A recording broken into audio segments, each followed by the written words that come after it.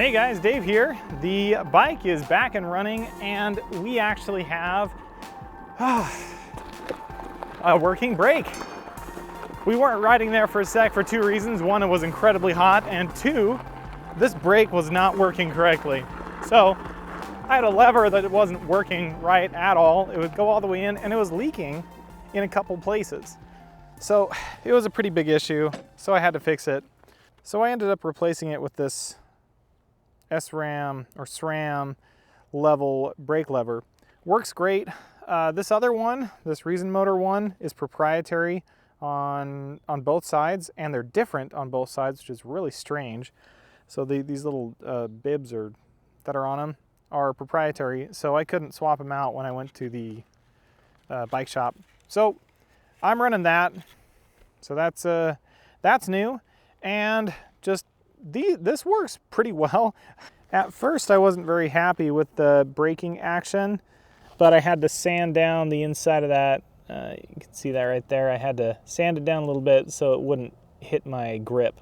It works great now. Nice feel to it. I bought them in town. You can, for about 70 bucks. You can buy them online a little bit cheaper. I'll link it down below, but it works great.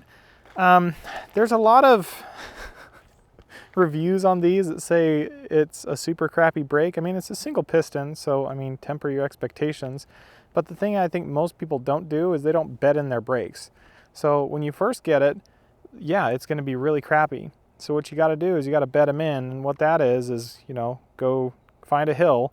If you don't have an e-bike, go 20 miles an hour and then stop as quickly as you can without locking up your rear tire.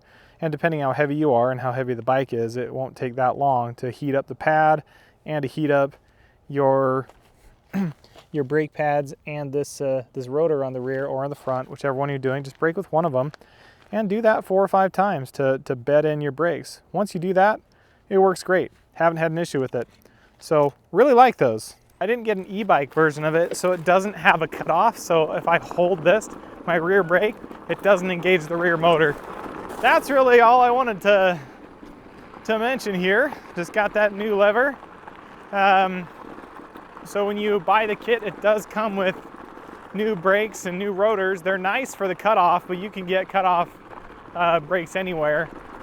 The China ones, I'm not super excited about Chinese brakes. I'm gonna keep using this front brake as long as it works, and then if ever it goes bad on me, I'm gonna have to get another one with a cutoff, and I'm gonna have to get a more reputable brand for it.